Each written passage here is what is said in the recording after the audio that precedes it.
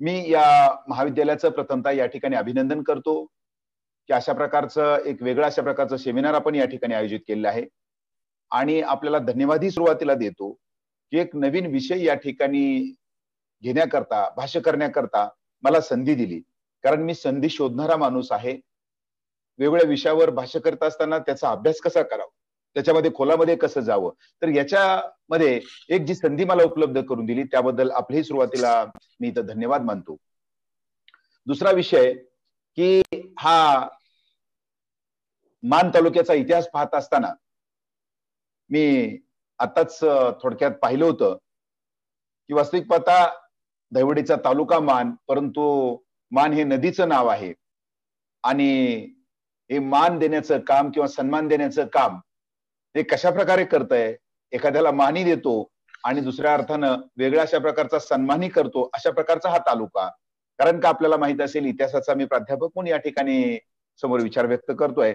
तर औरंगजेबानं ज्यावेळेस संभाजीराजांच्या निधनानंतर 26 वर्ष या दक्षिण महाराष्ट्रामध्ये मुक्काम टाकला आणि मुक्काम टाकल्यानंतर आपल्या असणाऱ्या सैनिकांनी तर त्यांना बेजार केलंच, परंतु त्याचबरोबर निसर्गानं सुद्धा ज्या मान नदीनं त्यांना त्या ठिकाणी एक प्रकारचा धडा दिला. कारण का की साधारणतः ऑक्टोबर महिन्याच्या म्हणजे 1700 साली या औरंगजेबाचा मुक्काम ज्या वेळेला सांगोला तालुक्यातील मान नदीच्या काठी खवास पूर या ठिकाणी पडलेला होता, तर त्यावेळेला म्हणजे ऑक्टोबर मध्ये काही कदाचित पूर येत नसतो, ऑक्टोबर नोव्हेंबर मध्ये, मात्र त्यावेळेला प्रचंड अशा प्रकारचा अचानकपणे रात्री पूर आला आणि काठावर असणारा औरंगजेब त्या गाळामध्ये अडकून बसला आणि शेवटी या औरंगजेबाला आपला जो एक पाय होता हा पाय पूर्णपणे त्याचा जायबंदी झालेला आहे. म्हणजेच औरंगजेबाला लग्न करण्याचं काम, औरंगजेबाला त्या ठिकाणी धडा शिकवण्याचं काम सुद्धा आपल्या मान नदीनं त्या ठिकाणी केले. अशा प्रकारचा हा जो तालुका आहे, तर या तालुक्यामध्ये जिथं आपलं सर्वांचं कुलदैवत आहे, शिवरायांचं कुलदैवत जे शिखर शिंगणापूर आहे, या पावन झालेल्या नगरीमध्ये अशा प्रकारचं मला जी आपण संधी दिली त्याबद्दल पुन्हा एकदा आपल्या या ठिकाणी आभार व्यक्त करतो. मला जो विषय या ठिकाणी साथीच्या रोगावर बोलण्याकरता जो विषय दिला होता, तर त्या अनुषंगानं जी काही तयारी करत असताना जास्त राजकारण त्या ठिकाणी बोलणार नाही, कारण का मोरे सरांना त्याच्यावर त्यानंतरचा असणार त्यांना त्याच्यावर त्यांचा अभ्यास असणार आहे आणि त्यामुळं मी हा जो इतिहास आहे पाठीमागच्या इतिहासावर या ठिकाणी चर्चा करत असताना मला आश्चर्य या ठिकाणी वाटायला लागलं. आता कोविड-19 सारखा जो काही या ठिकाणी रोग आलेला आहे, रोज जगातले 4000 5000 जे काही संख्येनं लोक मृत्युमुखी या ठिकाणी पडतायत. तर हे पडत असताना मला कधी कधी काय होतं बघा की आपण अभ्यास करतो आणि अभ्यास करत असताना काही गोष्टी समजल्यानंतर आनंदी त्या ठिकाणी मिळतो. जसे इतिहासामध्ये वेगळ्या प्रकारचे सुखद धक्के देण्याचं काम पाठीमागच्या ज्या आठवणी असतात त्या पाठीमागच्या आठवणी त्या ठिकाणी करत असतात. तर या आठवणी जागृत करत असताना मला असं दिसून आलं की कोविड-19 जो चाललेला हा जो काही सध्याचा असणारा संक्रमण आहे, हे संक्रमण त्या मानानं अतिशय मला किरकोळ वाटायला लागलं. म्हणजे इतिहास हा आपल्याला कसं जगावं हे शिकवतो आणि त्यामुळं हे शिकवत असताना मी पाहिलं की हा काही नवीन रोग नाहीये किंवा संक्रमण हे काही नवीन नाही जगापुढं. मी आता पाहिलं की याचा जर इतिहास आपण पाहिला तर साधारणतः इसवी सन 165 म्हणजेच एकंदर 200व्या शतकापासून हा जो असणारा जो काही संक्रमण किंवा साथीचा रोग, ज्याला आपण एकाच रोगाचा फैलाव जेव्हा सर्वत्र होतो त्याला आपण साथीचा रोग म्हणतो. तर साधारणतः म्हणजे 2000 वर्षापासून हे साथीच्या रोगाची या ठिकाणी असणारी आकडेवारी इतिहास आपल्याला या ठिकाणी दिसतोय. आणि हा दिसत असताना मी आताच इथं थोडक्यात शॉर्टिंग केलं होतं की साथीचे रोग जवळपास जगामध्ये आतापर्यंत 10 वेळेला त्या ठिकाणी आलेले आहेत किंवा या 10 असणाऱ्या स्ट्रोकनी आपल्याला घायल केलेलं इथं दिसून येत आहे. त्यामध्ये खास करून प्लेगची साथ 3 वेळा आली आहे, फ्ल्यूची साथ 4 वेळा आली, कॉलराची साथ 2 वेळा आली आणि एड्सची साथ 1 वेळा आली. म्हणजे साधारणतः या असणाऱ्या 1000-2000 वर्षाचा इतिहास ज्यावेळेस आपण पाहतो तर त्यावेळेला तब्बल आकडेवारीमध्ये थोडंसं फरक असू शकतो, मात्र याच्यामध्ये तब्बल 50 कोटी लोक याला बळी पडलेले आपल्याला आढळून येतात. म्हणजे हा इतिहास किती विचित्र आपल्याला दिसतोय. म्हणून मी सुरुवातीला सांगितलं की कोविड-19चा म्हणजे जे धक्के आहेत तर त्या धक्क्याच्या मानानं मला तरी असं वाटायला लागतं की बापरे बरं चाललंय सध्या. म्हणजे हा रोग आज ना उद्या निश्चितच बरा होणार आहे, त्याच्यावर आपण काय बोलायचं ते पुढे बोलणारच आहोत. मात्र तरी सुद्धा इतिहास आपल्याला एक चांगल्या अशा प्रकारचं वागायला शिकवतो, चांगला अशा प्रकारचा विचार त्या ठिकाणी करायला शिकवतो, नवीन दिशा देण्याचं काम त्या ठिकाणी करतोय. आणि हा इतिहास देत असताना मग याच्यावर चर्चा एवढी का झाली, हा ज्यावेळेस आपल्याला आढावा या ठिकाणी घेता येईल, तर त्याचं कारण आहे सोशल मीडिया. तर सोशल मीडियाच्या बाबतीत म्हणजे अलीकडला इतिहास आपण म्हणजे थोडक्यात पाहूया. 2003 सालचा इतिहास आपण पाहिला की सार्स नावानं जगामध्ये थैमान घातलं होतं. आता त्यावेळेला काय होतं बघा, की सार्सनं याच्यापेक्षा भयानक थैमान घातलं होतं, मात्र त्यावेळेला चर्चा झालीच नाही. अलीकडला इतिहास आपण पाहायला लागलो, जुना तर सोडून देऊया. तर त्याचं कारण असं होतं की 2003 साली ना आपल्याकडे व्हॉट्सअप होतं, ना फेसबुक होतं, चर्चा व्हायचा विषय नाहीये. त्यानंतर पुन्हा एक आणखी रोग आला, त्याचं नाव आहे स्वाईन फ्लू. म्हणजे 2009 साली स्वाईन फ्लूचा जो काही आजार या ठिकाणी आला, त्याची चर्चा मात्र पुन्हा व्हायला सुरुवात झाली. आता ही चर्चा का झाली, तर आपल्याला ज्ञात आहे की 2009 साली जगामध्ये 15 कोटी जो काही युजर्स आहेत या फेसबुकचे त्या ठिकाणी वाढलेले होते किंवा फेसबुकचे झालेले आहेत. म्हणजे आता चर्चेला या असणाऱ्या मीडियाच्या माध्यमातून आता चर्चेला सुरुवात झाली. त्यानंतर 2014 साली एक इबोला नावाचा रोग आला होता दक्षिण आफ्रिकेतून. त्यावेळेला याची चर्चा आणखी जास्त झाली. त्याचं कारण काय होतं, ही संख्या आता वाढली आणि ती संख्या 2014 साली फेसबुकची संख्या जी आहे ती 15 कोटीवर गेली. आणि त्याच्यानंतर आता 2009 साली जो कोविड-19 कोरोना नावाचा रोग या ठिकाणी आला किंवा त्याचं संक्रमण जे सुरुवात झालेलं आहे, तर त्याची चर्चा आता प्रचंड वेगाने वाढते. म्हणजे एकंदर जेवढा का रोग नाही त्याच्यापेक्षा त्याची चर्चा जास्त आहे. कारण याचं कारण आपल्याला दिसलं की आता आज घडीला जवळपास 200 कोटी लोक व्हॉट्सअपवर त्या ठिकाणी म्हणजे जॉईन आहेत आणि 170 कोटी फेसबुक लोक वापरतायत. म्हणजे याचा अर्थ असा होतो की आपल्याला हा जो सोशल मीडिया आहे जग किती याच्या माध्यमातून जवळ आलेला आहे. आणि त्या मला तर असं वाटतंय की या चर्चेच्या माध्यमातूनच जी काही पुढं आज आपल्याला त्याचा जो एक प्रकारचा काही वेळेला बागुलभाऊ म्हणू शकतो आपण, त्याचे फायदे असतात या सोशल मीडियाचे आणि तोटेही असतात. तर तोट्याचा ज्यावेळेस विचार करतो तर त्याची चर्चा, अनावश्यक चर्चा या ठिकाणी जास्त झालेली आपल्याला आढळून येते. मग आपण पुन्हा एकदा या असणाऱ्या इतिहासाकडे वळूया, कारण का साथीच्या रोगावर म्हणजे प्राचीन इतिहास कशा प्रकारे त्या ठिकाणी आपल्याला म्हणजे ग्रस्त झालेला आहे याची ज्यावेळेस आपण चर्चा करतो तर त्यावेळेला आपल्याला असं दिसतंय की बघा, मी एक काही मुद्दे काढले होते इथं की साथीचा रोग कधी आला आणि त्याच्यापासून किती लोकांना म्हणजे अफेक्टेड झालेले असतील किंवा त्याचं जो काही इजा पोचलेली आहे. तर त्याच्यामध्ये मला पहिलं दिसलं की तसं साथीच्या रोगाची जर सुरुवात आपण पाहिली तर प्राचीन कालखंडापासून आहे. म्हणजेच एकंदर साधारणतः 2500 वर्षापूर्वी या चीनमध्ये एक लस देण्याचं काम सुद्धा त्या ठिकाणी केलं होतं. म्हणजे चीनचा ज्यावेळेस आपण उल्लेख करतो, हा चीन वेगवेगळ्या माध्यमातून आपण पाहिलं की चीनमध्ये पहिला कागदी चीननं शोधला असेल किंवा वेगळ्या प्रकारचं संशोधन करण्याचं काम या चीननं केलं आणि जगाला वेगळी दिशा देण्याचंही काम केलं, जगाला वेगळे त्रास देण्याचंही काम चीननं केलं.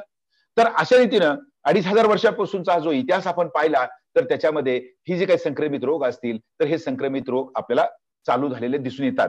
तर त्यामध्ये खास करून ज्याचा आपल्याला ज्ञात इतिहास आहे, तर ज्ञात इतिहासामध्ये इसवी सन 165 मध्ये अँटोनियन प्लेग नावाचा रोग इथं आपल्याला जगामध्ये आलेला दिसून येतो. म्हणजे प्लेग आणि माणूस याचं काय नातं माहित नाही, कारण काय प्लेगनं या जगाची एवढी अपरिमित अशा प्रकारची हानी केलेली आहे.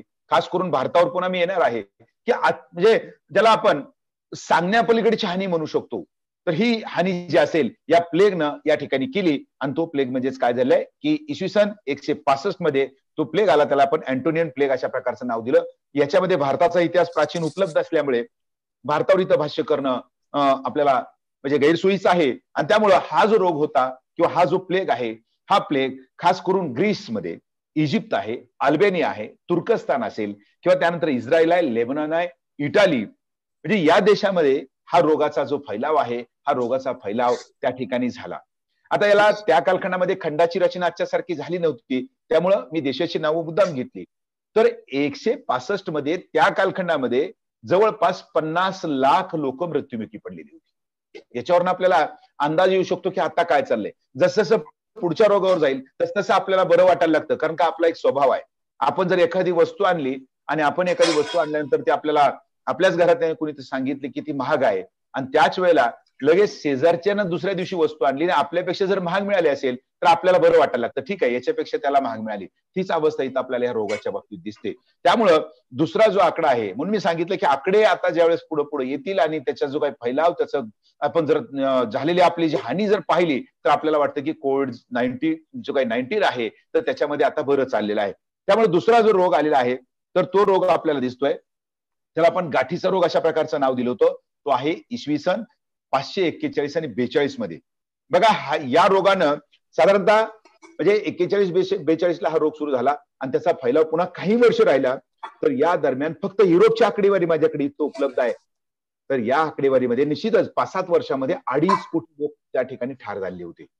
त्यामुळे आपल्याला दिसून येत आहे की जुन्या कालखंडामध्ये या रोगाचा जो फैलाव असेल, साथीच्या रोगाचा फैलाव कशा प्रकारे म्हणजे व्यापलेला होता.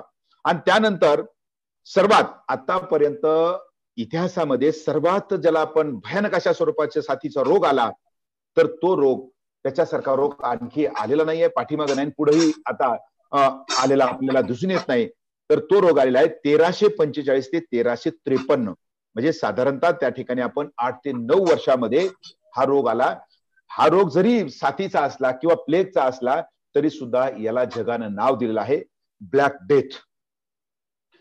म्हणजेच एकंदर जो काळा मृत्यू किंवा काळ मृत्यू नाव जो दिलेलं आहे तर तो काळ मृत्यू नाव दिलं त्याचं कारण असं होतं की 11 वर्षामध्ये या कालखंडात जगातले जवळपास 20 कोटी लोक दगावलेले आहेत.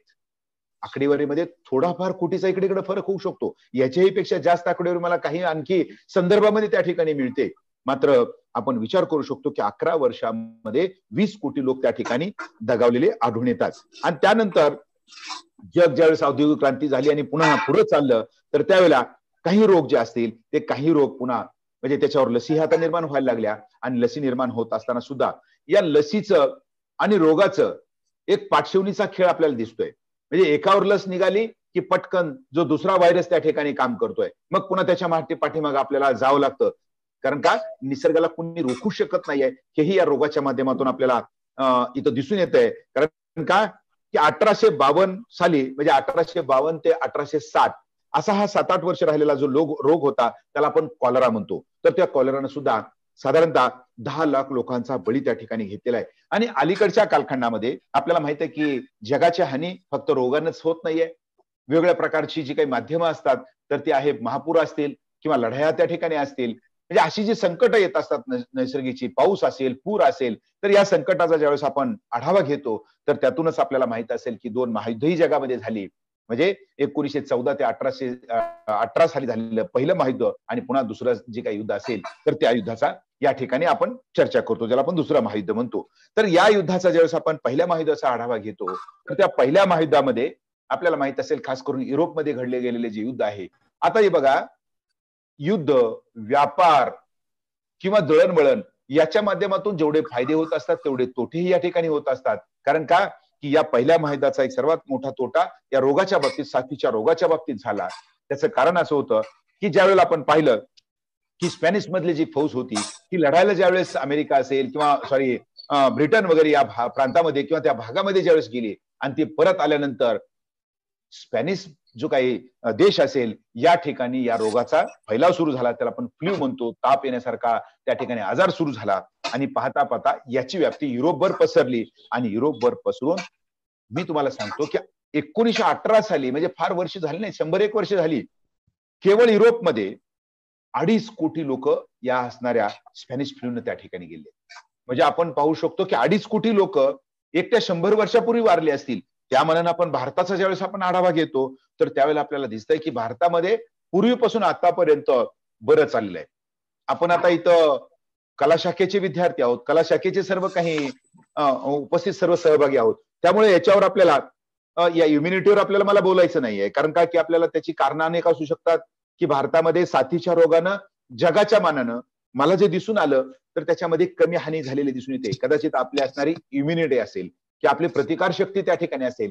आणि ह्या प्रतिकार शक्तीचा विचार करत असताना म्हणजे जगाचा आता आपण विचार जर केला की 100 वर्षापूर्वी या असणाऱ्या युरोपमध्ये 2.5 कोटी लोक त्या ठिकाणी ठार झालेली आपल्याला आढळून येतात. त्यानंतर आणखी एक रोगाचा या ठिकाणी आपल्याला विचार करायचा आहे की जो आपल्या मानवनिर्मित किंवा मानवामुळे आलेला जो रोग होता तर तो आहे एड्स. म्हणजे 2005 पासून 12 पर्यंत जर आपण ज्यावेळेस आपण आढावा घेतो, तर या असणाऱ्या 7 ते 8 वर्षामध्ये केवळ एड्स या रोगाने जगामध्ये 3.5 कोटी लोक वारलेले आहेत किंवा गेलेले आहेत.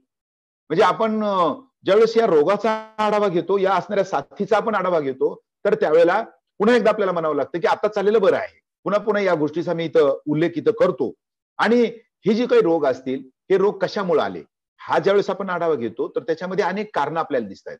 म्हणजे काही वेळेला पाण्यामुळे तो रोग झालेला आपल्याला दिसतोय, किंवा काही वेळेला प्राण्यामुळे रोग झालेला दिसतोय. पाण्यामुळे असेल, प्राण्यामुळे असेल, पक्षामुळे असेल.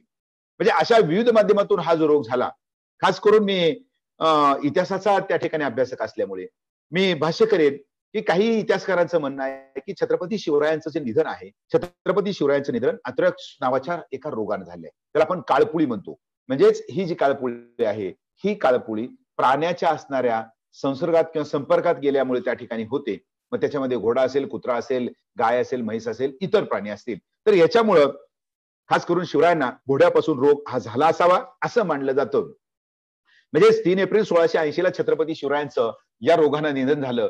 बघा, दुर्दैवाची बाब म्हणजे ठीक 200 वर्षानंतर लुई पाश्चरनं याच्यावर लस शोधून काढली आणि हा रोग आता आपल्याला संपुष्टात आलेला दिसून येतो. म्हणजेच एकंदर की आपण पाहू शकतो की जगामध्ये म्हणजे कशा प्रकारचा हा फाटशिवणीचा जो खेळ असेल, हा खेळ चाललेला आपल्याला इथं आढळून येतो. आणि खास करून ज्यावेळेस भारताचा विचार इथं करतो, तर भारत हा कशाने त्रस्त झालाय. जर जुना कालखंड आपण पाहिला, तर भारत आपण पाहिला तर इथं आपल्याला दिसतंय की इथं आपण प्लेग पासून तिथं संक्रमित झालेला आपल्याला आढळून येतो. खास करून मगाशी ज्याचं वर्णन मी केलं की चीनमध्ये बऱ्याच रोगाचं आता लोक म्हणायला लागलेत की बाबा चीनमध्ये असणं हा जो कोविड-19 आहे, युहान प्रांतामधून हा रोग आला वगैरे वगैरे. मला असं वाटतं की चीन आणि हे संक्रमित रोग याचं काही समीकरण आहे किंवा काय असं मला दिसून येतंय. कारण मी पाहिलं की 1855 साली चीन मधल्या याच युनान प्रांतामध्ये एक प्लेगची साथ आली होती 1855 ला. तर त्याच्यामध्ये 1,20,00,000 लोकांचा बळी या युनान प्रांतामध्ये गेला होता केवळ प्लेगनं. आणि त्याच वेळेला आपल्याला इथं ज्यावेळेस भारतामध्ये येतो, भारतामध्ये आपल्याला दिसतंय की 1896 ला म्हणजे त्याच्यानंतर साधारणतः एक 30-40 वर्षानंतर हा रोग आला. आणि भारतामध्ये म्हणजे जिथं चीनमध्ये 1,20,00,000 लोक गेली, तर भारतामध्ये केवळ 40,000 लोकांचं निधन त्या ठिकाणी झालंय. म्हणजे हा इतिहास ज्यावेळेस भारताचा आपण पाहतो, तर त्यावेळेला आपल्याला असं दिसतंय की जगाच्या मानानं मी भारताची जी काही इम्युनिटी असेल, पुन्हा त्याच्यावर मी आता चर्चा केली की हा चीन मधून आलेला रोग जगाला बराचसा त्या ठिकाणी त्यांना ग्रासलेला आपल्याला आढळून येतोय. आणि आणखी 1347 ते 1351 मध्ये आणखी एक वेगळा अशा प्रकारचा रोग जगामध्ये चाललेला होता. तर त्याच्यामध्ये काय झालंय बघा की हा रोग जो प्लेग आहे, हा प्लेग माणसाबरोबर प्राण्यालाही आला आणि त्याचा परिणाम काय झाला, आफ्रिकेमध्ये या असणाऱ्या जो काही एक प्रकारचा प्लेग होता त्यानं इथं त्रस्त केलेलं आपल्याला आढळून येतंय. आणि त्या त्रस्ततेमुळे काय झालं की आफ्रिकेमध्ये जवळपास 90% जनावरं नष्ट झाली आहेत.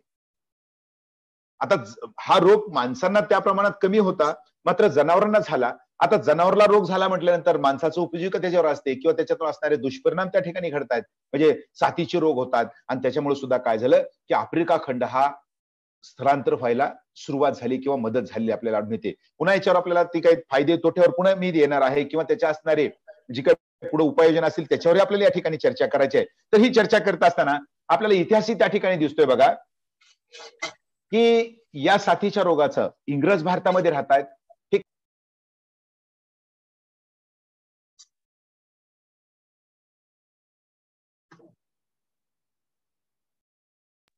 आपल्याला आणखी एक दिसलं की 1804 साली दुसऱ्या बाजीराव पेशव्यांनी एक साथीच्या रोगाची लस टोचून घेतलेली आहे. म्हणजे प्लेगची जी लस असेल, प्लेगची लस टोचून घेतल्याचं एक उदाहरण आपल्याला या ठिकाणी 1804 साली इथं दिसतंय. म्हणजे याचा अर्थ असा होतो की आपण त्या कालखंडामध्ये किती जागृत होतो याचंही एक उदाहरण या ठिकाणी आपल्याला या साथीच्या रोगाच्या माध्यमातून आता दिसून येतंय.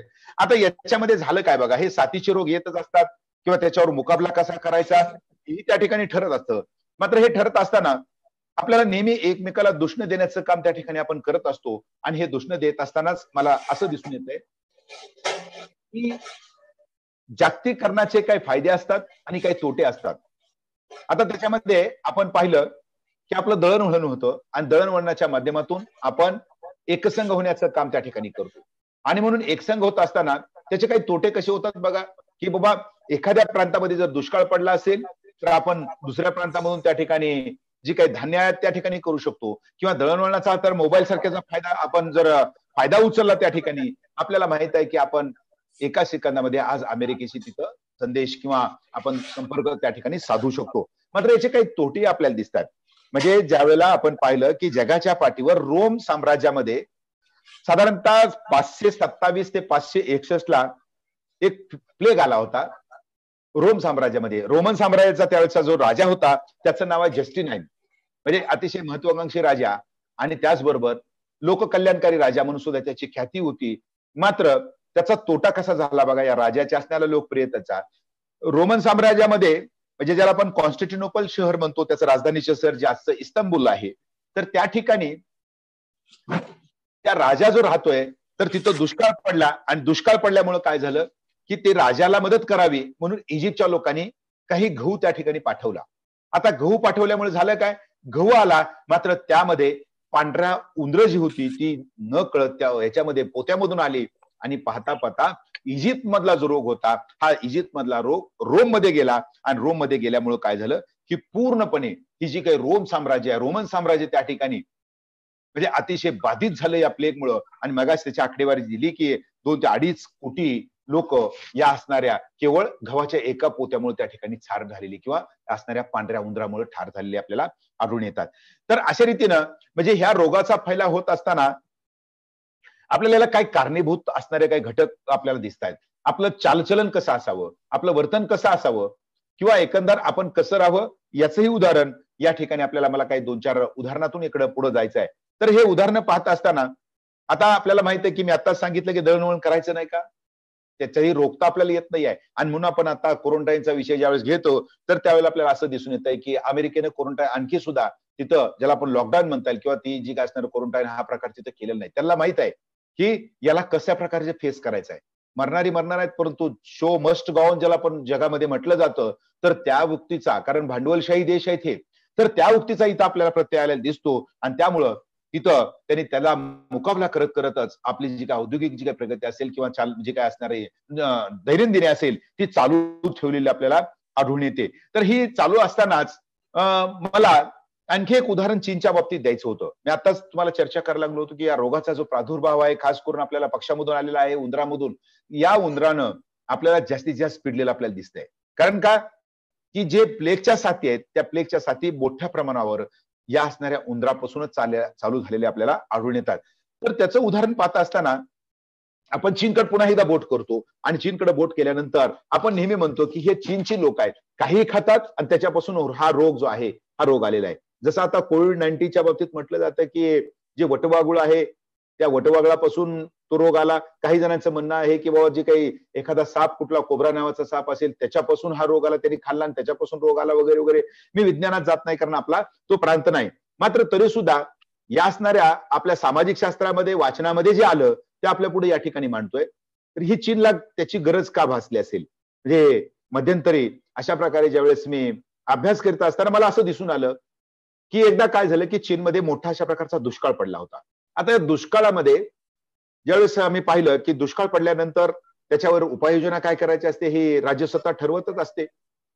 तर ही ठरवत असताना त्यांना काही जणांनी सल्ला दिला की आपला जो काही दुष्काळ या ठिकाणी पडलेला आहे तर या दुष्काळामध्ये आपलं अन्नधान्य जी वरचे पक्षी आहेत ते पक्षी अन्नधान्य त्या ठिकाणी खातायत.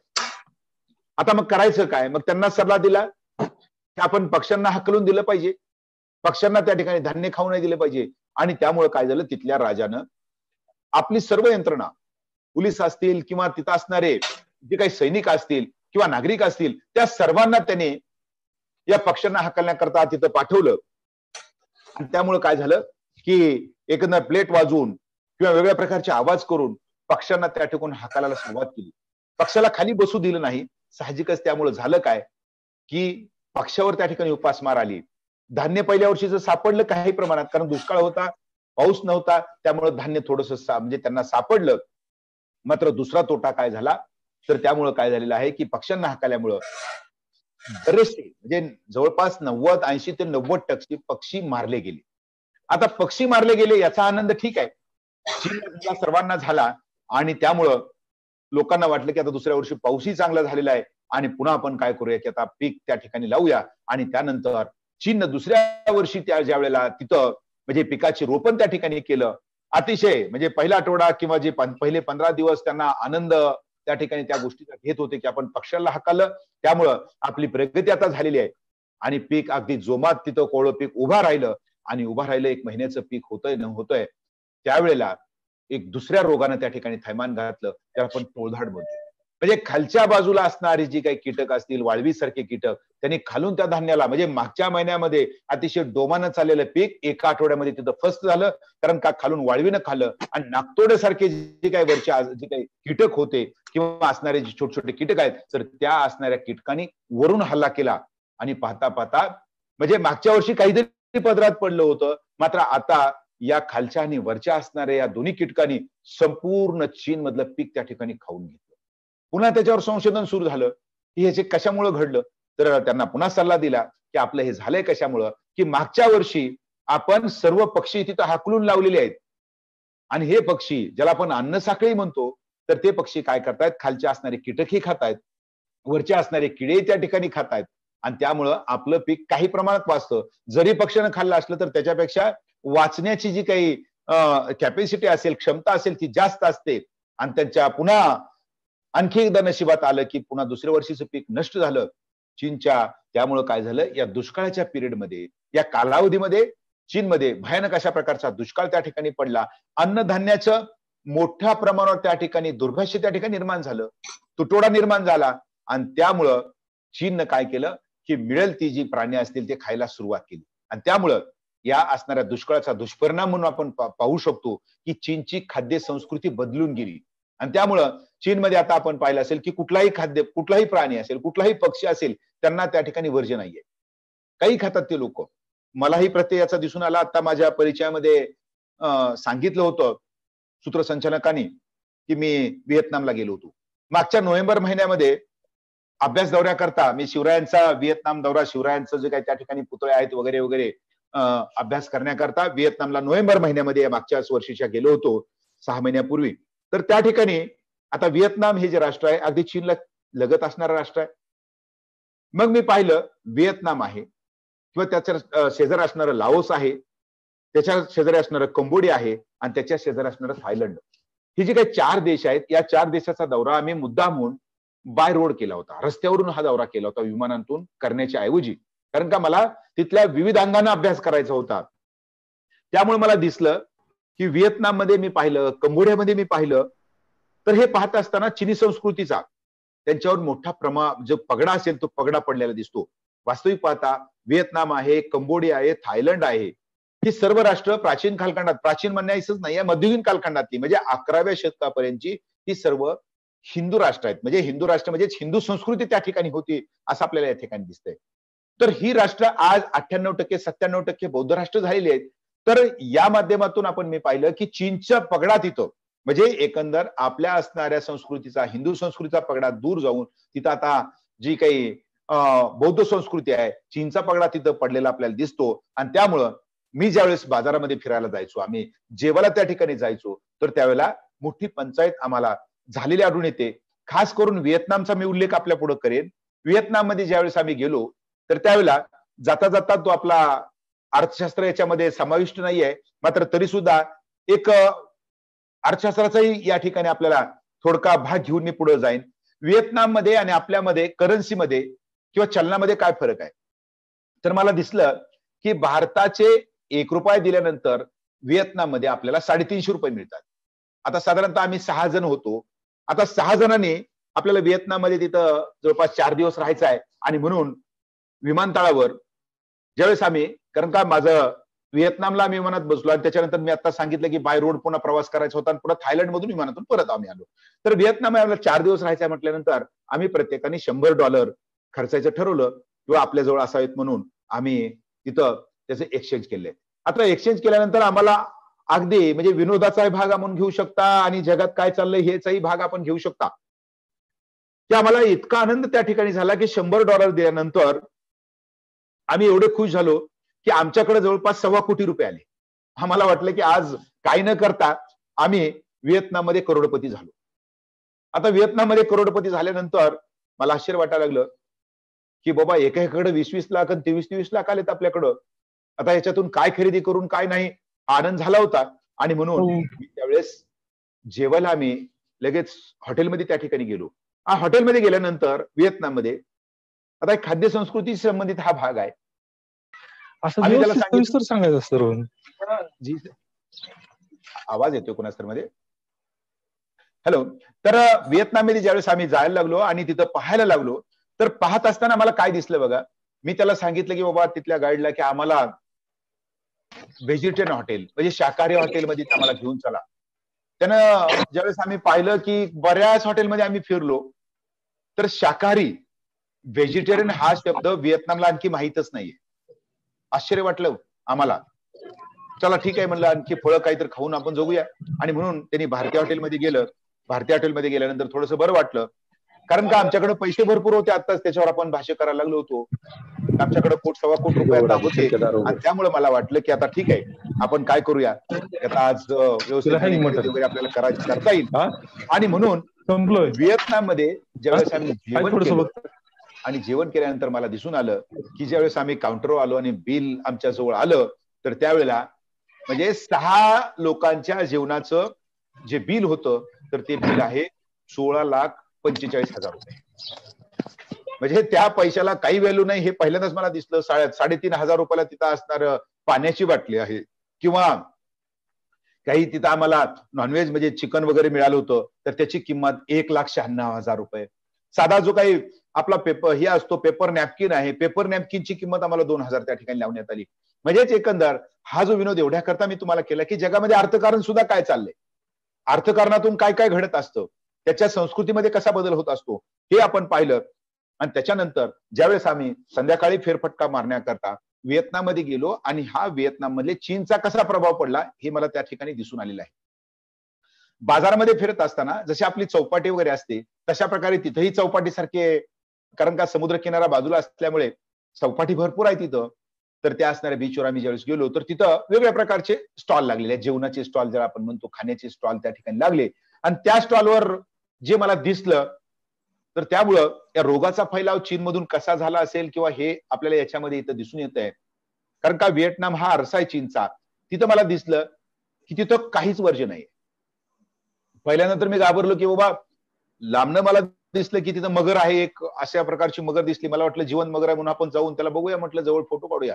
मात्र खालच्या बाजूला त्याला आग लावलेली आहे. म्हणजेच मगर फ्राय त्या ठिकाणी चाललेली होती. म्हणजे अख्खी मगर जवळपास 40 ते 45 किलोची मगर वरच्या बाजूला ठेवलंय आणि खालच्या बाजूला विस्तव तिथं आहे, भट्टी आहे आणि त्याच्यावर मगर फ्राय त्या ठिकाणी होते. काय पाहिजे तो तुम्ही पीस घ्यायचं. पहिल्यांदा धक्का तिथं बसला. पुढे गेलो आम्ही. कोब्रा हे लांब सडक साप आहे तीच अवस्था. कारण काय ही जी काही युरोप खंड असतील किंवा बाकीची जी राष्ट्र असतील, पूर्वांचल मधली राष्ट्र असतील, ती आपल्यासारखे मसाला वापरत नाही. ती लोक फ्राय मध्ये जास्त तिथं रुची दाखवतात. त्यामुळं तिथं कोब्रा फ्राय मला दिसला. त्याच्यानंतर कासव दिसला तिथं. वेगवेगळ्या प्रकारचे पक्षी मला फ्राय केलेले तिथं दिसले. मग मला त्यावेळेस लक्षात आलं की ही भानगड जी आहे ही चीनकडून त्या ठिकाणी आली आहे. आणि तुम्हाला जसं आपण पाणीपुरी खातो तर तशा प्रकारे जागोजागी छोटे छोटे म्हणजे असं पाणीपुरीचं जसं असतं ना तर तशाच प्रकारचे छोटे छोटे स्टॉल दिसले किंवा विकत असताना तो मुलगा फिरत होता आणि तो तिथले आपले पाणीपुरीचा उपमा एवढ्या करता दिली तर ते काय होते, काळे विंचू. म्हणजे असं ज्याला आपण नांगे असलेले ज्याला आपण म्हणतो इंगळे वगैरे काही शब्द त्याला गावरान भाषेमध्ये वापरतात, तर तशा प्रकारचे विंचू अगदी अशी वरी नांगे केले, त्याला फ्राय केलं आणि वरच्या बाजूला स्टिक जी असेल ती काडी लावलेली आणि त्याच्यामध्ये सर गटागट ती लोक खायची. म्हणजे ह्या बाबी ज्यावेळेस आम्ही बघितल्या मग हीच अवस्था लाओसमध्ये आहे, हीच अवस्था कंबोडियामध्ये आहे आणि हीच अवस्था मला थायलंडमध्ये दिसून आली. म्हणजेच यामुळं इथं म्हणजे कुत्रे मांजरं सर्व काही जी प्राणी पक्षी असतील ती लोक आपल्याला खाताना दिसतात. मग ज्यावेळेस मी डॉक्टरशी चर्चा करायला सुरुवात केली की सर याचा आणि या रोगाचा काय संबंध आहे का, तर त्यांनी सांगितलं की नेहमी आपल्याला धर्म आणि संस्कृतीची जोपर्यंत आपण सांगड घालून पुढे जात नाहीये तोपर्यंत अशा प्रकारचे जे काही आजार असतील अशा प्रकारे जे असेल याच्यावर आपल्याला मात करता येत नाहीये. कारण का की त्यांनी सांगितलं की आपल्याला वटवागळाला शिवायचं नाही. आपण असं प्रकारचं आपल्या बोली भाषेमध्ये आपण म्हणत होतो की वटवागळाला शिवू नका वगैरे वगैरे. कारण का त्यांनी सांगितलं की वटवागळामध्ये अनेक अशा प्रकारचे बॅक्टेरिया आहेत जे छोटे छोटे जे काय असणारे जे काही बॅक्टेरिया आहेत तो खाऊन घेतो आणि त्यामुळे काय होतंय की आपल्याला त्या रोगापासून संरक्षण मिळतंय. तो अनेक अशा प्रकारचे छोटे छोटे बॅक्टेरिया आपल्या अंगावर वागवतो आणि त्यामुळं जर माणसाने त्याला स्पर्श केला तर त्याच्यामध्ये त्याला बाधा होते असं त्यांचं म्हणणं आहे. म्हणजेच एकंदर अशा प्रकारची जर अन्नाची साखळी आपण बिघडवायला लागलो तर ती साखळी बिघडली की आपण बिघडलो आणि ते जे काही संक्रमण असेल हे संक्रमण आपल्याला तिथूनच या ठिकाणी ज्याला आपण मायग्रेशन म्हणता येईल हे मायग्रेशन झालेलं आपल्याला दिसतंय. त्यामुळं मला एक तिथं सहज वाचता वाचता मी लसीवरही त्या ठिकाणी काल थोडंसं अभ्यास करायला सुरुवात केली होती. त्यामुळे आताच मग मी लुई पाश्चरचा उल्लेख केला. त्यानंतर आणखी एक आपल्या संस्कृतीचा उल्लेख मला दिसला म्हणजे जे जगाने स्वीकारलेला आहे. आपल्याला माहित आहे की जो देवीचा रोग जो छोटे असे तोंडावर पुरळ त्या ठिकाणी यायचे तर हा देवीचा रोग ज्यावेळेस 18व्या शतकामध्ये ज्यानं जगामध्ये मोठ्या प्रमाणात थैमान घालेलं आपल्याला आढळून येतंय. त्यामध्ये खास करून इंग्लंडमध्ये या रोगाचा ज्यावेळेस फैलाव त्या ठिकाणी झालेला दिसला आणि ह्या रोगाचा फैलाव चालू असतानाच काय झालेलं आहे की एडवर्ड जेनर नावाचा जो शास्त्रज्ञ आहे तर या शास्त्रज्ञाच्या लक्षात आलं, मी माहिती आपल्याला विश्वकोशातून देतोय, त्यामुळं की एडवर्ड जेनरला ज्यावेळेस दिसलं की हे जे काही देवीचा रोग या ठिकाणी आलेला आहे तर त्या रोगाचा त्यानं अभ्यास केला आणि अभ्यास करत असताना त्याच्यामध्ये त्याला एक वेगळ्या अशा प्रकारचं संशोधन दिसलं, वेगळ्या अशा प्रकारचं आणखी काही घटना दिसली. तर ती घटना काय होती की देवीचा जो रोग आहे, देवीचा रोग जी लोक गवळी आहेत म्हणजे गायीच्या संपर्कात आहेत त्यांना हा रोग झालेला नाहीये. म्हणजे गवळ्यांना म्हणजे गोपालक ज्याला आपण म्हणतात काऊबाई तिथं म्हटलं जातं त्या काऊबाईंना हा रोग झालेला दिसलेला नाहीये आणि त्यामुळं त्याचं त्या दिशेनं संशोधन सुरू केलं आणि संशोधन करत असताना पुन्हा गायीच्या संपर्कात लोक त्या ठिकाणी ठेवण्याचा प्रकार त्यानं केला. आणि त्याचबरोबर आपल्याला माहित असेल कुठलीही लस ही त्याच रोगाच्या असणाऱ्या अंशापासून केली जाते. म्हणजे जो काय असेल त्याच्यातला अंश काढला जातो, त्याचा फिल्ट्रेशन करून तोच रोगाची लस किंवा तोच असणारा अंश सशक्त माणसाच्या त्याच्यामध्ये टोचला जातो. लस कुठल्याही प्रकारचा रोग दुरुस्त करत नाही, प्रतिबंधित करते. आणि म्हणून अशा प्रकारे ज्या वेळेला या असणाऱ्या एडवर्ड जेनरनं या असणाऱ्या गोवर संशोधन केलं किंवा या असणाऱ्या देवी रोगावर ज्यावेळेस संशोधन केलं तर त्यावेळेला या गायीचा त्यानं वापर केला आणि वापर करून त्याला म्हणजे गायीच्या असणाऱ्या स्तनापासून किंवा त्याच्यापासून जे काही त्यानं औषध बनवलं किंवा लस बनवली आणि त्या लसीला नावच दिलेलं आहे वॅक्सिन. आज सुद्धा आपण एखाद्याला म्हणतो की वॅक्सिनेशन केलं पाहिजे, लसीकरण केलं पाहिजे. आणि म्हणून ज्या वेळेला लुई पाश्चरनं पुन्हा जी काही लस शोधली मात्र त्याला इंग्लिश जे नाव दिलं होतं, इंग्रजी जे नाव दिलं आहे तर त्या असणाऱ्या लसीचं नाव दिलं होतं वॅक्सिन.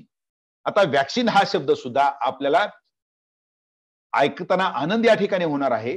कारण का की वॅक्सिन या शब्दाचा जो अर्थ आहे तर तो शब्द लॅटिन भाषेतून आला आणि याच्यामधला वॅक्स जर आपण शब्द काढला म्हणजेच एकंदर VACCA या शब्दाचा वॅक्स ज्याला आपण म्हणता येईल या शब्दाचा अर्थ होतो गाय. म्हणजे वॅक्सिन हा जो शब्द होता किंवा आहे आजही वापरला जातोय हा शब्द गायीपासून आलेला आहे. हा आपल्या दृष्टीनं महत्वाचा उल्लेख म्हणून याच्याकडे पाहता येईल. तर एकंदर म्हणून मी मगाशी सांगितलं तुम्हाला की जगामध्ये आपण संस्कृती आणि जे काय असणारं असलं विज्ञान असेल या दोन्हीची सांगड घालून त्या ठिकाणी आपण पुढे गेलं पाहिजे हेही आपल्याला इतिहास या ठिकाणी सांगतोय. तर या साथीचे रोग येत असतानाच पुन्हा आपण भारताकडे या ठिकाणी आलो. कारण का की या साथीच्या रोगाचे काही फायदे असतात, काही तोटेही असतात त्या ठिकाणी आपण पाहिलं. कारण का नेपोलियन एकदा हायतीवर ज्यावेळेस आक्रमण त्यानं केलं तिथं असणारा ताप भरपूर आहे, तिथं असणारा रोग भरपूर आहे ह्याची जाणीव त्याला नव्हती. त्यामुळे ज्यावेळेस त्यानं 1 लाख सैनिक तिथं पाठवलं आणि सैन्य कुठल्याही प्रकारची लढाई न करता 70,000 सैनिक या तापानं फनफरून त्या ठिकाणी गेले आणि 30,000 सैनिक पाठीमागे आलेले आहे. किंवा ज्यावेळेस आपल्याला माहित आहे की 1498ला कोलंबसनं अमेरिकेचा शोध लागला, नव्या खंडाचा आपल्याला शोध लागला. मात्र त्याचा नव्या खंडाचा शोध लागला. आज अमेरिकेसारखं बलाढ्य राष्ट्र त्या ठिकाणी किंवा खंड आपल्याला मिळाला हा एक वेगळा आनंद आहे. मात्र त्याचा तोटा काय झाला की अमेरिकेमध्ये तिथं असणारी जी काही रेडियनस नावाची जी काही लोक होती त्यांच्यापासून एक वेगळा ताप घेऊन हा जो कोलंबस परत आला आणि त्याच्यानंतर अमेरिका उभारायला लागली. अमेरिका उभारत असताना जगाच्या कानाकोपऱ्यातून लोक तिथं गेली. तर तशाच प्रकारे या युरोप मधला ताप तिथं गेला. त्यामुळं हा जो अमेरिका खंड होता हा अमेरिका खंड आपल्या जाण्यामुळे सुद्धा तिथं आपल्याला त्रस्त झालेला तिथं आढळून येतोय. तर अशा रीतीनं हा जो रोगाचा फैलाव असेल हा रोगाचा फैलाव जगभर तिथं चाललेला आहे. त्याच्यामध्ये कुणी म्हणजे वाचू शकत नाही हे आपल्याला दिसतंय.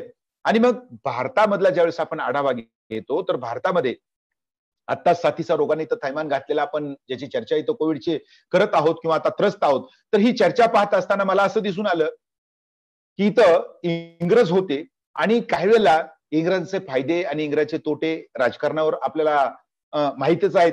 तर त्यावेळेला काय झालं की प्लेगच्या साथीनं 1897 1895 पासून थैमान घातलं आणि हे साथ असे वारंवार चाललेले आपल्याला आढळून येते.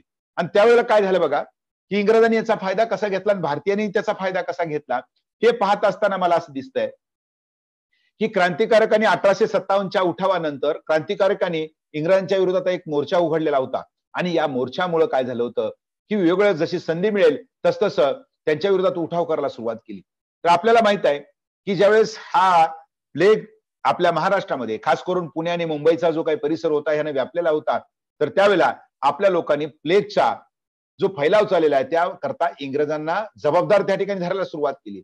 खास करून आपण जर केसरीचा उल्लेख केला, टिळकांचा उल्लेख त्या ठिकाणी केला, तर टिळकांनी केसरीमध्ये एक वाक्य टाकलं होतं किंवा या असणाऱ्या प्लेगचं निर्मूलन करण्याकरता किंवा याच्यावर कंट्रोल करण्याकरता जो रँड नावाचा अधिकारी इंग्रजांनी नेमला होता, तर त्यानं जे काही थैमान इथं घातलं होतं किंवा त्यानं जी काही या ठिकाणी मुस्कटदाबी चालू केली होती, म्हणजेच या रोगाच्या नावाखाली लोकांची धरपकड सुरू केली होती.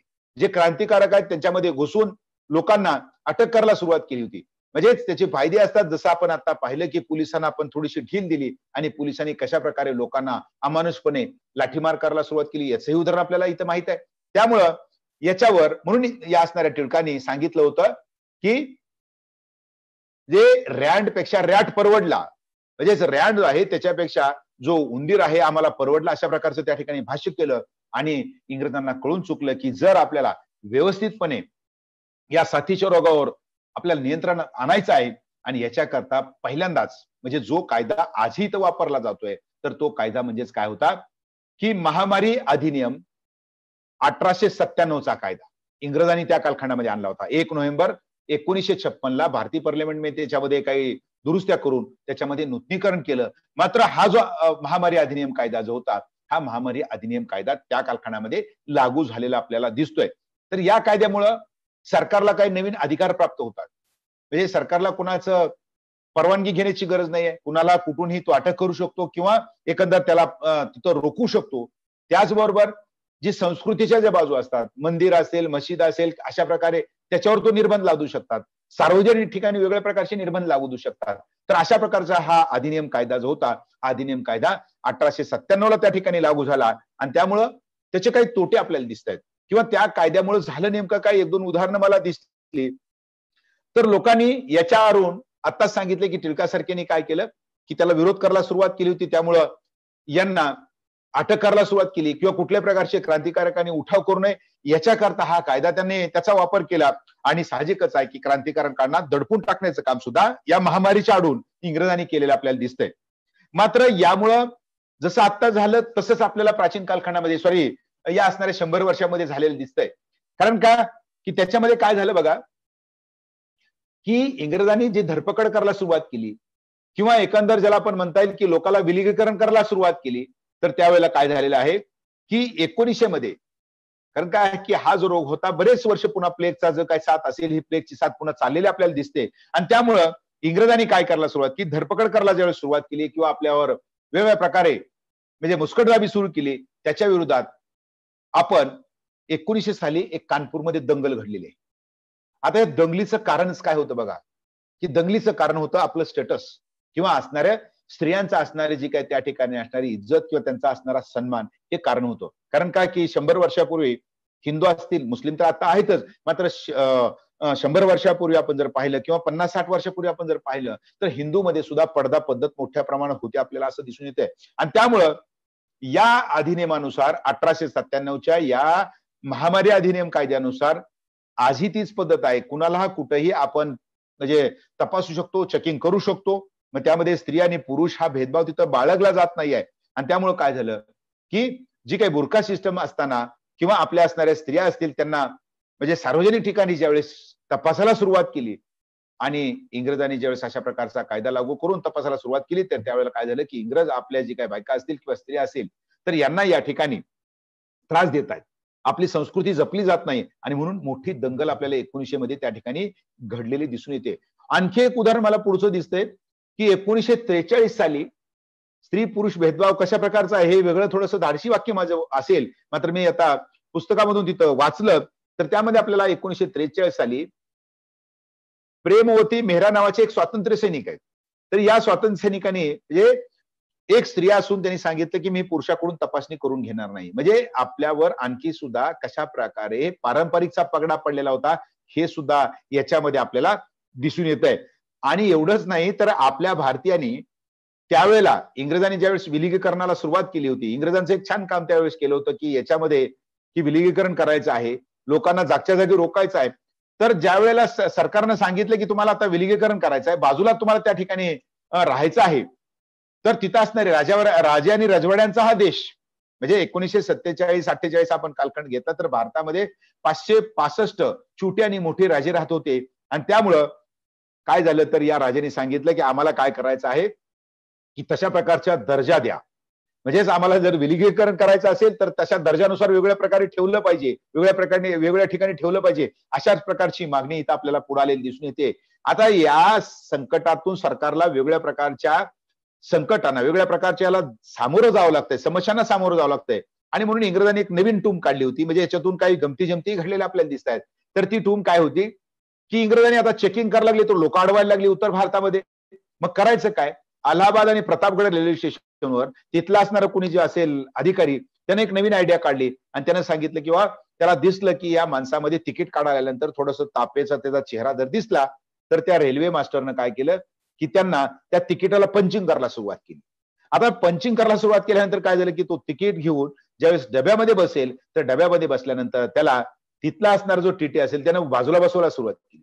मग लोकांच्या उशिरा लक्षात आलं की बापरे, त्या असणाऱ्या रोगासाठी किंवा याच्याकरता वेगळी वागणूक देतात. पुन्हा त्याच्यावर चर्चा, त्याच्यावर पुन्हा आणखी एकदा मंथन सुरू झालं आणि पुन्हा मंथन सुरू होऊन ही जी काही कारवाई असेल ही कारवाई सरकारला मागे घ्यावी लागली, म्हणजे तिकिटावर पंचिंग करण्याची कारवाई तिथं मागे घेतलेली आपल्याला दिसून येते.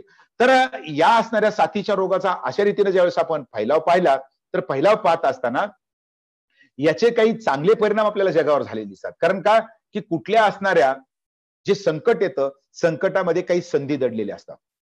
तर या असणाऱ्या संकटाचं ज्यावेळेस छत्रपती शिवरायांचा आपण आढावा घेतला 10 नोव्हेंबर 1657 साली अफजल खानाने ज्यावेळेस त्यांच्यावर आक्रमण केलं, पहिलंच आक्रमण पहिलीच अशा प्रकारचं शिवरायांची लढाई आहे. मात्र या लढाईमध्ये शिवरायांना खरं तर त्यावेळेला जर बाजू उलटी झाली असती तर शिवरायांचं आपल्याला नावही कदाचित आज जे दिसतंय ते माहीत झालं नसतं. मात्र यानं झालं काय की अफजल खान सारख्या एका मोठ्या अशा प्रकारच्या संकटाचा शिवरायांनी सामना केला. आणि ही जी काही घटना होती 1657ची याची बातमी लंडन गॅजेट नावाच्या पेपरमध्ये इंग्लंडमध्ये छापली गेली. आणि त्याचा फायदा काय झाला की जगभर इंग्रजावर वचक बसला, मोगलावर वचक बसला, आदिलशाहवर वचक बसला. आणि त्यामुळं छत्रपती शिवरायांना पुढचा जो काही कार्यक्रम असेल, पुढचं जे काही मार्गाक्रमण असेल ती मार्गाक्रमण आक्रमकपणे करणं त्या ठिकाणी सोपं गेलंय. म्हणजे अशा संधी त्या ठिकाणी काही प्रमाणात येत असतात. तर तशाच प्रकारच्या संधी आपल्याला या ठिकाणी आलेल्या दिसत आहेत. तर त्या संधी कुठल्या होत्या? या रोगाच्या या असणाऱ्या फैलावामुळं आपल्याला क्वारंटाईन झालं पाहिजे, आपल्याला विलगीकरण झालं पाहिजे. थोडंसं आपण जी काही प्राथमिक अवस्थेमध्ये राहत होतो त्याच्यापासून आपण स्वतःला हायजेनिक होऊया, आरोग्य चांगलं ठेवूया, अशा प्रकारचा प्रयत्न जगानं केलेला दिसतोय. आणि तो प्रयत्न करत असताना मला दिसतंय की 15व्या शतकामध्ये जे आज इटालीमध्ये असणारा व्हेनिस नावाचा जो प्रांत होता तर त्या प्रांतानं पहिल्यांदा क्वारंटाईनची पद्धत सुरू केल्याचा इतिहास या ठिकाणी आपल्याला ज्ञात आहे. कारण का की हा क्वारंटाईन शब्दच या असणाऱ्या व्हेनिस प्रांतातून किंवा इटालीतून आलेला आहे. कारण का इटालियन भाषेमध्ये क्वारंटा गिरिमो नावाचा जो शब्द आलेला आहे, क्वारंटा गिरिमा, तर या शब्दाचा अर्थ होतो 40 दिवस. म्हणजे क्वारंटाईन ह्या शब्दाचा खरा अर्थ काय आहे की 40 दिवस. कारण का की व्हेनिस जे जो प्रांत होता, इटाली जो भाग आहे, या भागामध्ये त्यांना लक्षात आलं की बाहेरून येणारी जी काही लोक आहेत, बोटीतून नावेतून येत आहेत, तर त्यांच्यामुळं हा रोग संक्रमित व्हायला लागलाय. आणि म्हणून व्हेनिसमध्ये पहिल्यांदा त्या लोकांनी क्वारंटाईनची सिस्टम आणली. त्याला आपण क्वारंटा गिरिमो जो शब्द या ठिकाणी वापरलेला आहे, म्हणजेच या क्वारंटा गिरिमो नावाच्या त्यांनी त्या ठिकाणी ज्यावेळेस अशा प्रकारचा एक नवीन अंमल सुरू केला किंवा नवीन या ठिकाणची सूचना अंमलात आणली, ती म्हणजेच काय होतं की बोटीतून आल्यानंतर तो जो खलाशी असेल त्या खलाशाला आपली बोट 40 दिवस नांगरून बाजूला तिथं ठेवायची आहे. आणि मग त्यांना लक्षात आल्यानंतरच मग त्या लोकांना आपल्या शहरामध्ये त्या ठिकाणी प्रवेश द्यायचा आहे. म्हणजे हा फायदा त्या ठिकाणी झाला की याच्या अगोदर काय होतं की आपण देवी, पटकी आपण जर रोगराई पाहिली त्या ठिकाणी आपण देवी प्रकोप अशा प्रकारचे शब्द त्या ठिकाणी वापरत होतो. मात्र आता जग पुढे आधुनिकतेकडे जायला लागलं आणि क्वारंटाईन सारखा शब्द 15व्या शतकापासून आता सुरू झाला आणि त्यामुळे काय झालं की आपण त्याच्यावर जी उपाययोजना आखायला सुरुवात केली होती ते उपाययोजना या ठिकाणी पाहत असताना क्वारंटाईन सारखा हा भाग इथे घेतला आपण. आता त्याच्यातून आणखी या असणाऱ्या महामारीतून जगाला काही नवीन संदेश जातात, ज्याला आपण काय खरं तर संधीही म्हणू शकतो. तर ती संध्या कुठल्या प्रकारच्या आहेत बघा, मी मगा आफ्रिकेचा उल्लेख केला होता. आफ्रिकेमध्ये जो काही 1897 जो तिथं जनावरांवर झालेला जो काही प्लेग होता त्याच्यामुळे झालं काय की आफ्रिकेमधलं मोठ्या प्रमाणात स्थलांतर तिथून व्हायला सुरुवात झाली.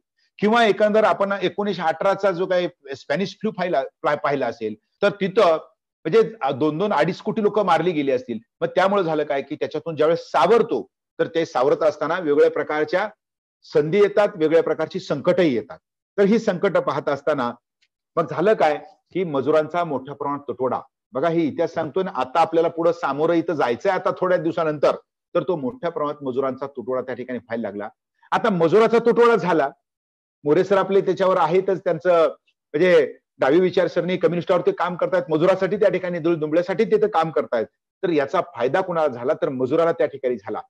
या संधीमुळं मजुराचं जीवनमान उंचावण्याचं काम सुद्धा यानं केलेलं आहे. तर ते कसं केलं तर प्रचंड प्रमाणात लोकांची हानी झाली आणि मग ज्यावेळेस रिकन्स्ट्रक्शनला सुरुवात झाली तर त्यावेळेला काय दिसतंय आपल्याला की आता जी सुरुवातीला साम्राज्यवाद चालत होता, राजेशाही चालत होती, तर त्याच्याऐवजी मजुरांनी मजूर मिळेनासे झाले आणि म्हणून त्यांनी सांगितलं की आम्हाला आता वेगळा भाव पाहिजे, मला अशा प्रकारच्या मागण्या असतील तरच मी तुमच्याकडे कामाला येईल. आणि त्यामुळं काय झालं की मजुराचं त्या ठिकाणी असणारं जे जीवनमान होतं थोडंसं उंचवायला सुरुवात झाली. मजुरांना त्या ठिकाणी हक्कानं जगणं त्या ठिकाणी आलं आणि त्यामुळं याची संधी मजुराला त्या ठिकाणी निर्माण झाली. दुसरा विषय असा असे की जसजसं मजुराचा तुटवडा पडायला लागला तसतसं आपल्या गरजा वाढायला लागल्या, तसतसं लोकांच्या लक्षात यायला लागलं आणि त्यामुळं दुसरं एक त्याचा दुष्परिणाम म्हणा, फायदे आणि तोटे तिथं असतातच. तो म्हणजेच काय की यांत्रिकीकरणाला मोठ्या प्रमाणात सुरुवात झालेली आपल्याला आढळून येते. म्हणजेच एकंदर औद्योगिकरण मोठ्या प्रमाणावर या असणाऱ्या या साथीच्या रोगानेही पुढे आलेला आपल्याला आढळून येत आहे. आणि त्यानंतर काय झालं बघा की आता जगायचं आहे, जग आता 18व्या शतकामध्ये आलं. औद्योगिक क्रांतीची सुरुवात आपल्याला माहित आहे की 1750 नंतर मोठ्या प्रमाणात जगामध्ये औद्योगिक क्रांतीची सुरुवात झाली आणि त्याला जोडून आपल्याला वेगवेगळ्या प्रकारच्या लसीचंही इथं आता प्रोडक्शन किंवा उत्पादन सुरू झालं आणि या उत्पादनामुळे झालं काय की वेगवेगळ्या प्रकारच्या लसी आल्या. म्हणजेच एकंदर ज्याला आपण डेथ रेट म्हणतो, मृत्यूदर आता घटायला सुरुवात झाली. हा आनंद एका बाजूला चांगला आहे, मात्र त्याच्याच जोडीला पुन्हा त्याचा दुष्परिणाम काय झाला असेल, माणसाचं आयुष्यमान वाढलं, माणसाची पुन्हा लाईफस्टाईल बदलली, माणसाचा स्वभाव त्या ठिकाणी बदलायला सुरुवात झाली. कारण का की नैसर्गिक संकट ज्यावेळेस येतं तर त्यावेळेला माणूस माणसामध्ये असतो. कारण का सर्वांचं जी काही प्रश्न म्हणता येईल आपल्याला, सर्वांचा प्रश्न ज्यावेळेस सारखा असतो त्यावेळेस लोक एकीने राहतात आणि लोक एकीने राहिले की त्याच्यामध्ये माणुसकी त्या ठिकाणी येते. आणि म्हणून आपण 100 वर्षापूर्वीचा भारत आपण म्हणतो की लोकसंस्कृती होती. त्याचं कारण आहे की लोक नीट राहत नाहीत, लोकांना नीट हा निसर्ग करतो आणि त्यामुळं एकंदर लोकांचं जीवनमान या लसीनं सुधारलं, औद्योगिकरणामुळे जीवनमान सुधारलं आणि त्याचे पुन्हा तोटेही त्याच्यासोबत काय झाले तर आपल्याला माहित आहे की वेगवेगळ्या प्रकारच्या पुन्हा दुसऱ्याच रोगराई आल्या ज्याची आपण चर्चाच करत नाही. ज्याच्या आता कोरोनाची चर्चा आपण करतो, आतापर्यंतची प्लेगची आपण चर्चा या ठिकाणी करतो. मात्र या असणाऱ्या जीवनमानामुळं आपल्याकडं जे आता वेगवेगळ्या प्रकारचे कॅन्सर आला असेल आपल्याला माहित आहे आणि सर्वात भारताला मोठा लागलेला जो रोग आहे सध्या तर तो आहे डायबिटीस, साखर. म्हणजे हा रोग ना धड मरू देत आहे आणि जगू देत नाहीये. म्हणजे साखरेमध्ये तुमच्या असणारी इम्युनिटी ताकद त्यावेळेची मोठ्या प्रमाणात संपते आणि त्याच्यासोबत आपले जे असणारी मानसिकता ज्याला आपण म्हणता येईल ही मानसिकता संपवण्याचं काम सुद्धा साखरेसारखा किंवा डायबिटीस सारखा रोग इथं करतोय. म्हणजेच एकंदर या असणाऱ्या जी काही रोगराई असेल या रोगराईमुळे काय झालं की जगामध्ये एक नवीनच तिथं असणाऱ्या समस्याला आपल्याला तोंड द्यायचं या ठिकाणी आता एक वेळ आलेली आहे. आणि त्यामुळे आता पुन्हा आपल्याला माहित आहे की साम्राज्यवाद वाढला. जसं की आपण गल्फ कंट्रीमध्ये आपण पाहतो की वेगवेगळ्या देशांनी तिथं असणाऱ्या तेलाकरता तिथं जे काही मार्गाक्रमण केलं असेल किंवा तिथं आपला साम्राज्यवाद तिथं निर्माण केला असेल किंवा एका आफ्रिकेमधला साम्राज्यवाद त्या ठिकाणी असेल किंवा जगाने इंग्लंडनं जगावर राज्य करण्याचं काम सुद्धा अशा प्रकारचे जे काही वेगवेगळ्या प्रकारच्या साथीचे रोग हे सुद्धा कारण एक प्रकारचं कारण आहे असं माझं या ठिकाणी मत आहे. मग याच्याकरता आपण आता काय करायचं आहे हा भाग ज्यावेळेस आपण घेतो तर त्यावेळेला आपल्याला असं दिसतंय की एकच आहे की आपली इम्युनिटी ताकद इथं वाढवली पाहिजे. इम्युनिटी ताकद म्हणजे ज्याला आपण आपली आंतरिक शक्ती ज्याला आपण म्हणता येईल, ही आंतरिक शक्ती आपली वाढवली पाहिजे. आणि ही शक्ती कशी होते किंवा कशी वाढते याचा ज्यावेळेस आपण आढावा घेतो, तर आपल्याला प्रथमतः मला सांगावंसं वाटतंय की इतिहासाचा एक प्राध्यापक असल्यामुळे किंवा मी स्वतः इतिहास जगत असल्यामुळे मला स्वतःला सुरुवातीलाच इथं सांगावंसं वाटतंय की तुमची इम्युनिटी ताकद, प्रतिकार शक्ती वाढवायची असेल तर तुमच्याकडं पहिल्यांदा व्यायाम हा घटक सर्वात महत्वाचा आहे. आता नुसतं सांगितलं आणि बाजूला बसला असं होत नाहीये. कारण का मी त्याचा अवलंब या ठिकाणी करतोय. म्हणजे अवलंब करत असताना 50+ वय असताना मी सांगतो मी तुम्हाला की मागच्या क्वारंटाईनचा हा जो पिरियड आपला लॉकडाऊनचा पिरियड चाललेला आहे, तर या लॉकडाऊनच्या पिरियडमध्ये मला जसा वेळ मिळेल तसं 23 दिवस मी सायकलिंग केली आणि 23 दिवस सायकलिंग करून जवळपास 1000 किलोमीटर सायकलिंग मी 23 दिवसात पूर्ण त्या ठिकाणी केली.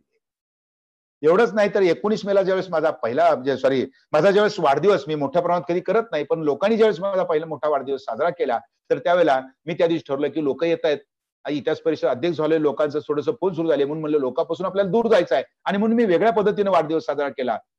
19 मेला मी एका दिवशी 100 किलोमीटर सायकलिंग केली आणि आपला वाढदिवस त्या ठिकाणी साजरा केला. म्हणजे आपली जी इम्युनिटी असेल, इम्युनिटी ताकद त्या ज्यावेळेस वाढवतो, तर त्यावेळेला आपल्याला काय आहे की रोगराईपासून आपण दूर राहू शकतो. आपण काही विज्ञानाचे विद्यार्थी नाही, मात्र आपली खाद्य संस्कृती त्या ठिकाणी बदलली पाहिजे. आहार आणि विहार सुद्धा त्या ठिकाणी बदलला पाहिजे. म्हणजे लवकर झोपणं असेल किंवा आपल्या आहारामध्ये जी काही चायनीज फूड असतील किंवा इतर जी गोष्टी असेल याचाही आपण त्याग या ठिकाणी केला पाहिजे.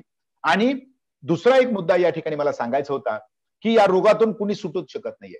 कारण का आतापर्यंत ज्यांनी ज्यांनी याच्या लशी तयार केल्या, कुठलाही रोग असेल समजा, तर ज्यांनी ज्यांनी याच्या लशी तयार केल्यात ती माणसं याला बळी पडलेली दिसतात. इतिहास हा आपल्याला काय शिकवतो बघा की इतिहास आपल्या पुढे जाऊ देत नाहीये. कारण का त्याचं जर आपण थिअरी बघितली, आता चाललेला जो काही रोगाचा प्रकोप जर आपण पाहिला, तर हा रोगाचा प्रकोप ज्यावेळेस आपण पाहतो 1766 ते 1834च्या दरम्यान झालेले जे थॉमस रॉबर्ट माल्थस आहेत, तर या माल्थसनी एक लोकसंख्येचा सिद्धांत त्यावेळेस मांडलेला होता. तर त्या लोकसंख्येच्या सिद्धांतामध्ये त्यांनी सांगितलंय की जी काही आता चाललेलं जे काही निसर्गाचा प्रकोप असेल, हा निसर्गाचा प्रकोप असाच चालणार आहे, त्याच्यामध्ये कुठली बाधा येणार नाही. कारण का की तुम्ही निसर्गाला डिस्टर्ब करण्याचं काम त्या ठिकाणी करतायत, वेगवेगळ्या प्रकारचं प्रदूषण करतायत. त्याचबरोबर लोकसंख्या वाढ ज्यावेळेस होते, ती लोकसंख्या वाढ कंट्रोल करण्याचं काम हा निसर्ग या माध्यमातून करतो असतो. मग त्यामध्ये रोग असेल, महापूर असेल किंवा त्याच्यामध्ये वेगवेगळ्या प्रकारचं वादळ असेल किंवा लढाया झगडे असतील, हे येतच असतात.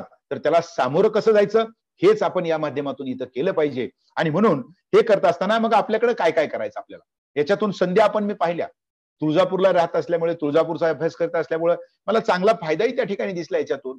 कारण काय की 1905ला दुष्काळ आला होता आणि 1905ला ही जी काही प्लेग होता, तो प्लेगही आला होता आणि त्याचा फायदा काय झाला, लोकांना विलगीकरण केलं, हा भाग वेगळा. मात्र आज जो तुळजापूरचा घाट सोडून देवीला येत आहे पुढं, तर 1905 साली 2,37,000 रुपये जे आमचा निजाम सरकार होतं इथलं असणार हैदराबादचं, त्यानं दिलं आणि हा घाट तयार झालेला आपल्याला दिसून येतोय. म्हणजे याच्यातून संधी त्या ठिकाणी प्राप्त होतात. मात्र संधी प्राप्त होत असतानाच आपल्या जीवनशैलीवर किंवा काय की आपण काय करायचं आहे. आता इम्युनिटीवर आपण आताच भाष्य केलं.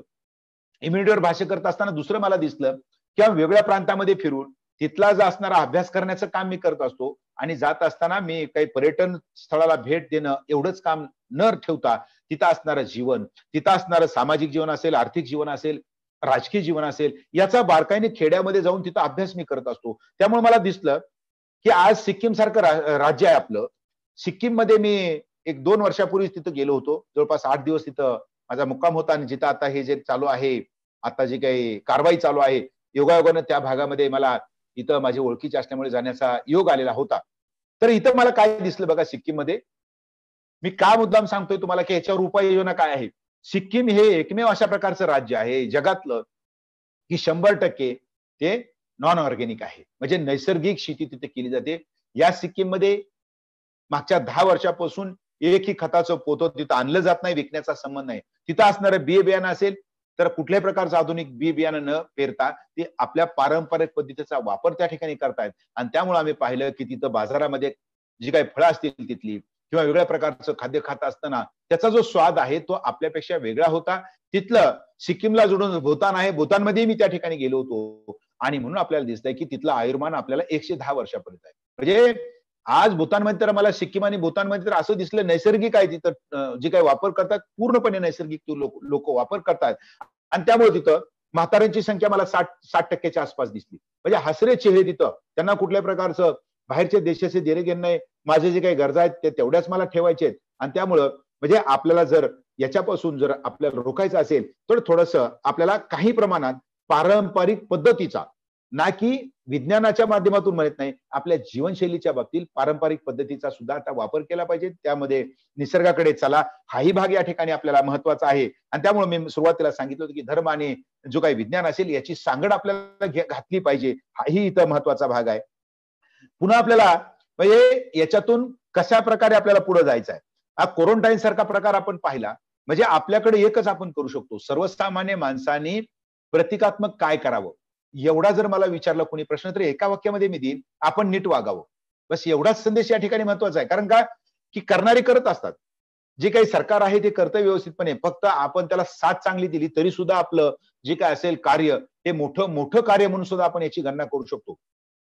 ह्या क्वारंटाईनचा किती लोकांना इथे लोक म्हणतात की मला त्रास झाला, मला असं होत आहे तसं होत आहे.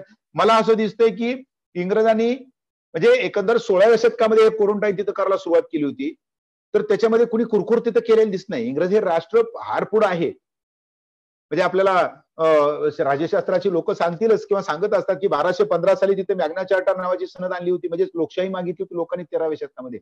तर तसं इथं क्वारंटाईनच्या बाबतीतलं मी पाहिलं उदाहरण, तर त्यांनी काय केलं होतं की ज्या घराला संस्कार झालेला आहे, म्हणजे अशा प्रकारचा कुठला संसर्गजन्य रोग झालेला आहे, साथीचा रोग झालेला आहे, तर त्यावेळेला त्यांनी काय केलं होतं की त्याच्या घरावर लाल फुली मारलेली. आणि त्याचबरोबर त्याला म्हणजे जगाचा संपर्क त्या घराचा तोडला. आणि दुसरा असं आहे की ज्याला साथीचा रोग झाला असेल त्या माणसाने जर बाहेर कुठं वावरायचं असेल तर त्यानं पांढरी काठी घ्यायची आणि बाहेर जायचं आहे. म्हणजेच एकंदर अशा प्रकारे विलगीकरण जर तुम्ही केलं तर त्याच्यापासून आपला जो निभाव असेल तो लागू शकतो. अन्यथा आपल्याला माहित आहे की याच्यापासून कुणीही सुटणार नाहीये. आणि म्हणून मगाशी एक वाक्य तुम्हाला वापरलं होतं की बाबा आपण ज्या माणसाने याच्यावर लस शोधली असेल किंवा जे काही याच्यावर काम करत असेल तर त्यांचा पहिल्यांदा बळी जातो. म्हणून आपल्याला माहित असेल की 1897 साली म्हणजे आपल्यासाठी काम करणाऱ्या सावित्रीबाई फुले यांचंही निधन या प्लेगमुळे त्या ठिकाणी झालं. आणि त्यांचा जो डॉक्टर मुलगा आहे यशवंत, या यशवंतचं सुद्धा निधन जे असेल 1905 साली या असणाऱ्या रोगाचं, म्हणजे हे साथीचा रोग आला होता त्याच्यावर नियंत्रण मिळवण्याकरताच त्यांचं त्याच्यामध्ये बळी गेलेला आपल्याला दिसून येतोय. त्यामुळं आपल्याला म्हणजे आज काय करायचं आहे, कारण का क्वारंटाईन सारखा जो काही भाग आपण आताच घेतला तर आपल्याला जी काही सरकारनं नियमावली घालून दिली असेल त्याच्यामध्ये आपल्याला बदल या ठिकाणी करायचा आहे. मग हा बदल आपला असणारा रोजचा जर बदल आरोग्याचा बदल झाला, त्याचबरोबर आपल्याला आता बदल काही नवीन बदलही तर स्वीकार लागणार आहेत. मी आताच आपल्या माध्यमातून आपल्याला सर्वांना सांगू इच्छितो की मी सुद्धा आताच मागच्या आठवड्यामध्ये एक इंटरनॅशनल सेमिनार त्या ठिकाणी वेबिनार घेतला होता महाराष्ट्र इतिहास परिषदेच्या वतीनं. तर जवळपास 6 ते 7 देशातली लोक त्याला आली आणि 250 लोकांचे पेपर्स माझ्याकडे त्या ठिकाणी आलेले. म्हणजे एकंदर यशस्वी अशा प्रकारचं आयोजन केल्यानंतर मला त्यातून दिसलं की आता पुढच्या कालखंडामध्ये आपल्याला नवीन या रोगाला तर ठीकच आहे, परंतु त्या ठिकाणी नवीन समस्यालाही तिथं सामोरं जायचं आहे. कदाचित हा रोग किंवा ही जी काही चाललेला कोरोना कधी समाप्त होईल मला माहित नाहीये. मात्र आपल्याला पुढच्या कालखंडामध्ये आपल्याला या गोष्टीला सामोरं जात असताना आता आधुनिक अशा प्रकारची जगाची कास पकडली पाहिजे. तुम्ही आता ही जी काही सोशल मीडिया याचा चांगला वापर या ठिकाणी आपल्याला करायचा आहे, ज्याच्या माध्यमातून आज आपण जोडलो याचाही वापर या ठिकाणी करायचा आहे. आम्ही आपण गुगल झूमच्या ऐवजी गुगल नीट वापरलो होतं, त्याची रिझल्ट मला थोडीशी याच्यापेक्षा बरी वाटली. ही जाता आता विनंतीवाजा सूचना आपल्या या असणाऱ्या संयोजकांना मी करतोय की गुगल नीटवर थोडंसं मला याच्यापेक्षा बरं वाटलं. तर याचाही वापर आपल्याला या ठिकाणी करायचा आहे की आधुनिकतेचा वापर करून आपण आधुनिक कसं आता पुढे जाऊया याचाही या ठिकाणी वापर करून आपण काय करू शकतो की आपलं असणारं जे काही आहार असेल, विहार असेल, वेगवेगळ्या प्रकारच्या जे सरकारने नियम घालून दिले असेल याचाही या ठिकाणी वापर करायचा आहे. आणि हा वापर करीत असतानाच आपल्याला या असणाऱ्या जी काही सोशल मीडिया असेल याचाही जर सुयोग्य अशा प्रकारचा वापर केला तर आपण कुठल्याही प्रकारच्या साथीच्या रोगाचा आपण प्रादुर्भाव रोखू शकतो. म्हणजेच एकंदर जर आपण एकमेकाला साथ दिली तर आपण साथीच्या रोगावर निश्चितपणे विजय मिळवू शकतो, अशा प्रकारचा या ठिकाणी मला विश्वास वाटतो. त्यामुळं या असणाऱ्या वेगळ्या अंगानं चर्चा करून माझ्या असणाऱ्या वाणीमध्ये, माझ्या असणाऱ्या बुद्धीमध्ये जेवढे पोतेनुसार या ठिकाणी आपल्याला देण्याचा मी प्रयत्न केला. आणि याच्या माध्यमातून आपण एक नवीन भारत अशा प्रकारचा भारत आपण घडवूया. वेगळ्या प्रकारची दिशा आपण सरकारला सुद्धा देऊ शकतो की बाबा आपण म्हणजे आता सरकारच्या सोबत आहोत. ज्यावेळेस कुठल्याही प्रकारची राष्ट्रीय आपत्ती त्या ठिकाणी येते, त्यामध्ये आम्ही त्याला आसमानी आणि सुलतानी संकट म्हणतो. तर याच्यातून आपल्याला काय करायचं आहे, एकसंघ त्या ठिकाणी राहायचं आहे आणि वेगवेगळ्या माध्यमातून वेगवेगळ्या आघाड्यावर एकसंघ राहिलो तर जग असेल, जग जिंकणं कदापि अवघड नसतं. हा संदेश या असणाऱ्या वेबिनारच्या माध्यमातून आपल्याला देतो आणि या ठिकाणी मला बोलण्याची संधी दिली त्याबद्दल आपले पुन्हा एकदा आभार व्यक्त करतो आणि थांबतो. जय हिंद, जय महाराष्ट्र. खूप खूप धन्यवाद सर. अत्यंत उद्बोधक, विश्लेषणपर, स्पष्टीकरण करणारं, कारणे परिणाम उलगडून दाखवणारं असं एक ज्ञानामृत आम्हाला पाजलंच. त्याबद्दल सर्व वेबिनार मध्ये सहभागी झालेले पार्टिसिपंट्स आणि